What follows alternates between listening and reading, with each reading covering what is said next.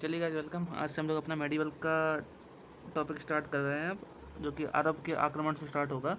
इसके पहले हम लोगों ने अपनी 6-7 वीडियो में एंशिएंट हिस्ट्री खत्म करी। इसकी प्लेलिस्ट हमारे चैनल पर डली हुई है। तो देखते हैं मेडिवल अरबों का। भारत में सर्वप्रथम पहला मुस्लिम आक्रमण किया गया था 711 एडी में। वो था अबैदुल्ला द्वारा, जो कि असफल रहा था, यानी ये पूरी तरह से सफल नहीं हो पाया। और दूसरा आक्रमण किया गया बुदेल द्वारा, वो भी असफल रहा। लेकिन पहला सफल आक्रमण जो था वो मोहम्मद बिन कासिम ने किया सिंध प्रोविंस पर 712 एडी में, और ये क्या हुआ, ये सफल हो गया। सिंध पर शासन उस समय राय वंश का था। वहाँ का अंतिम शासक राय वंश का कौन था? राय सहानी द्वितीय। इसका मंत्री चाच ने सिंध पर अधिकार कर लिया था। ठीक है, पहला ब्राह्मण राजा जो हुआ वो हुआ चाच, फिर चंद, फिर दाहिर। वर्णन मिलता है इसका चचनामा में। इसका लेखक है अली अहमद या अली बी। 712 ईस्वी में क्या होता है कि मोहम्मद बिन कासिम ने दाहिर पर आक्रमण किया। दाहिर जो कि समय पर सिंध का रूलर था, उसका सेनापति तो कौन था? मोहम्मद बिन कासिम का बोलता अल हज्जाज। 712 ईस्वी में क्या होता है? जजिया कर, गैर मुसलमान कर जो होता था उसको जजिया कर बोलते थे, ये लागू कर दिया गया था। सर्वप्रथम जजिया किसके द्वारा लागू किया गया? 2 मिनट मोहम्मद बिन कासिम द्वारा 712 ईस्वी में। ये मुस्लिम पर नहीं लगाया जाता था। अब ये किस किस पर लगा? ब्राह्मणों पर, विधवा पर, विकलांगों को छोड़कर। ये बाकी सब जगह, बाकी हर किसी पर एक कर लगा यहाँ के, चाहे फिर आप किसी भी उसमें क्यों ना कार्य कर रहे हो, कर आपको देना ही पड़ेगा। मोहम्मद बिन कासिम जब रूलर बनता है तो इसने देवल आक्रमण करता है 712 में। फिर रावल पर आक्रमण करता है 20 जून 710 में, जहाँ पे दाहिर और कासिम के बीच में लड़ाई होती है। ब्रह्मानाबाद आक्रमण ये करता है, जहाँ पे जय सिंह जो कि दाहिर का पुत्र था और कासिम के बीच में युद्ध होता है, जिसमें कि कासिम जीत जाता है और जय सिंह की हार होती है। किस युद्ध में? ब्रह्मानाबाद के युद्ध में। दाहिर की दूसरी जो विधवा थी वो थी लाड़ देवी। इसकी 2 पुत्रियां हुई हैं, एक का नाम था सूर्यमला और एक का नाम था परमला या परम देवी। और इसने क्या किया कि दूसरी विधवा थी को उसको कैद कर लिया था। आगे देखते हैं। जो खलीफा थे खलीफा मंसूर के समय जो थे, ब्रह्मगुप्त द्वारा रचित एक रचना है वो थी ब्रह्म सिद्धांत, और श्रीहर्ष द्वारा रचित एक रचना है वो थी खंडन खंडादय। ये जो थी वो आध विद्वान अरब ले गए थे, मतलब जो अरब लोग आक्रमण करने आए थे वो लोग अपने साथ में इसको लेकर चले गए थे। अरबी में इसका अनुवाद लोगों ने करवाया था। फिर कासिम द्वारा दिरहम मुद्रा चलाई गई थी, जो कि सोने के सिक्के थे। इसके पहले हम लोगों ने अपना एंशिएंट में भी देखा था कि चांदी के सिक्के चलाए गए, कहीं पे हाथी, कहीं पे घोड़ा, कहीं पे अश्व, कहीं पे मयूर, इस प्रकार की प्रतिलिपियां उन पर होती थी। अब जो अरब के आक्रमण का प्रभाव क्या पड़ता है वो देखते हैं कि इन लोगों ने ऊँट पालने की प्रक्रिया को शुरू कर दिया। खजूर का उत्पादन होने लगा। भारत के जो सिंध वाला एरिया था वहाँ पे दशमलव का सिद्धांत इन लोगों ने दिया। मानचित्र कला का विकास यानी कार्टोग्राफी का इन लोगों ने डेवलपमेंट किया।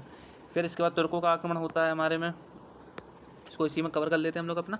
जो तुर्कों का निवास था वो चीन के उत्तर पश्चिम सीमा, नॉर्थ वेस्ट प्रोविंस में था। इनका नेचर कहते हैं लड़ाकू और बर्बर टाइप के। तुर्कों को इस्लाम धर्म की जानकारी मिलती है वो थी अम्मयावंशी शासकों के संपर्क में आने से। जब ये इनके संपर्क में आया तब इनको इस्लाम वंश की जानकारी संपूर्णता मिली। अब देखते हैं तुर्कों का एक शासक था, इसका नाम था अलप्तगीन। इसके बारे में जो था बुखारा के सामानी वंश के शासक होते अब्दुल मलिक का ये गुलाम था। अब्दुल मलिक की मृत्यु होती 961 ईडी में। फिर उत्तराधिकारी के लिए संघर्ष होता है अब्दुल मलिक के, तो इसका भाई कौन था? मंसूर, वो जीत गया और इसका चाचा जो था वो हार गया। अब्दुल मलिक का सहयोग किसने किया था? अलप्तगीन ने इसका सहयोग किया था। फिर 800 वफादार सैनिकों के साथ अलप्तगीन के नगर गजनी में, यानी एक नगर था ये गजनी, वो किसका? अलप्तगीन का नगर था, वहाँ पे जाकर बस किया, जिसको इसने गजनवी वंश की स्थापना कर दी थी वहाँ पे जाके। अब इसके बाद अलप्तगीन के बाद इसका बेटा रूलर बनता है, वो कौन था? सुबतगीन। फिर सुबतगीन का बेटा रूलर बनता है वो था Mahmud Ghaznavi. Let us see something about Sabuktigin. ये गुलाम था किसका? अलप्तगीन का, और ये दामाद भी था किसका? अलप्तगीन का। यानी अलप्तगीन ने अपनी बेटी से क्या किया? इसका निकाह कर, इसकी शादी करवाई थी। इसकी उपाधि थी अमीर उल उमरा की। पहला तुर्क शासक जिसने भारत पर आक्रमण किया था वो था जयपाल। यही था सुबतगीन, और इसने जयपाल को हराया था। इसका उत्तराधिकारी जो बनता है वो था महमूद गजनबी, और इसका उद्देश्य था केवल लूट करना। भारत में बहुत लूट मचाई, 17 बार लूट करी है भारत में। ये महमूद गजनबी रूलर बनता है। 998 से 1030 तक इसका रूल रहता है। ये गद्दी पर जब बैठता है जब 27 वर्ष की आयु में होता है। भारत पर इसने 17 बार आक्रमण किया। 1001 में इसने जयपाल को पेशवा के निकट पराजित किया था। जयपाल का पुत्र कौन था? आनंदपाल। जो महमूद गजनबी था ये फिरदौसी की एक बुक है शाहनामा, ये फिरदौसी द्वारा रचित है। ये उसी के समय में स्कॉलर हुआ। उत्बी, इसने एक किताब लिखी है किताब उल यामिनी। ये दोनों इसके कौन थे? दरबारी कवि थे। किसके? महमूद गजनबी के। आगे देखते हैं। फिर क्या होता है कि 1009 में दोबारा आक्रमण करता है। आनंदपाल ने महमूद गजनबी पर आक्रमण किया। इसको बेहंद या बेहिंद का युद्ध के नाम से जाना जाता है। 1025 में क्या होता है कि सोमनाथ मंदिर लूटने के लिए ये आता है, आक्रमण करता है। 50,000 लोग इसमें लगभग मारे गए थे। उस समय में गजनबी और भीमवन जो कि वहाँ का रूलर था, सोमनाथ गुजरात में पड़ता, वहाँ का रूलर था, उनके बीच में युद्ध होता है। और इसको इस समय में गजनबी को मूर्ति भंजक के नाम से जाना, क्योंकि इसने जो अफरा तफरी मचाई है हिंदू डीटीज़ की जो मूर्तियाँ थी उनको तोड़ा इस कारण से। 1027 में क्या होता है कि जाटों के खिलाफ इसका एक अंतिम आक्रमण होता है, जो कि जाट के खिलाफ होता है। 1030 में इसकी मृत्यु हो जाती है। इसने एक कुछ चांदी के सिक्के चलाए, वो क्या थे, चांदी के सिक्के चलाए, जिसमें एक तरफ अरबी और एक तरफ संस्कृत के साथ अलतगीन आया था। किताब उल हिंद लिखी गई थी। अल बरूनी जो इसका एक स्कॉलर था, मुझे सॉरी मैं अलतगीन बोल दिया, ये अल बरूनी इसके साथ में आया था, जिसने किताब लिखी है किताब उल हिंद। और इसके पहले हम लोग अपना एंशियंट में देख के आए हुएन सांग के बारे में, जो कि हर्षवर्धन के रूल में आया था। फिर रूलर बनता है Muhammad Ghori. Let us see something about Muhammad Gauri.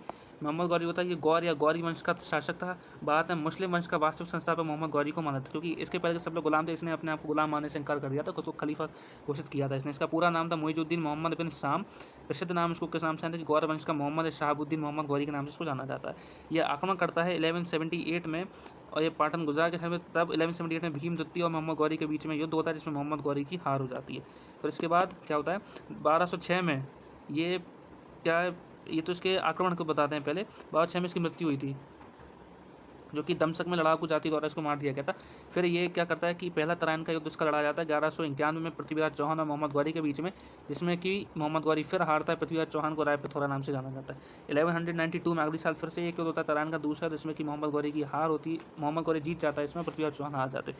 1194 में इसमें क्या हुआ था कि मोहम्मद गौरी को पृथ्वीराज चौहान से लड़ने के लिए न्योता दिया गया था जयचंद द्वारा, क्योंकि जयचंद की बेटी से शादी के संबंध में कुछ पृथ्वीराज चौहान का उस समय पर टसल चल रहा था। 1194 में क्या होता है कि गौरी ने कन्नौज का शासक था जयचंद, जिसकी सहायता इसने पृथ्वीराज चौहान को रहा था, उसके विरुद्ध युद्ध लड़ता है। इस युद्ध का नाम क्या था, इस युद्ध का नाम था चंदावर का युद्ध, और इसने इसमें जयचंद को क्या कर दिया था, हरा दिया था। आगे देखते हैं क्या हुआ कि 1205 में क्या होता है कि अंतिम युद्ध अपना लड़ता है मोहम्मद गौरी, और ये खोखकर जाति के जो लोग थे पंजाब में, ये उनके खिलाफ में युद्ध लड़ता है। गौरी के जो सिक्के थे उसमें एक तरफ में कलमा और दूसरी तरफ में लक्ष्मी देवी की आकृति बनाई गई थी। ये गौरी के सिक्के। इसके 3 गुलाम थे, ऐबक, यल्दोज और कुबाचा। इसी के द्वारा फिर दिल्ली सल्तनत की शुरुआत या नींव डाली जाती है। इसके बारे में हम लोग अपनी नेक्स्ट वीडियो में देखेंगे। Thank you.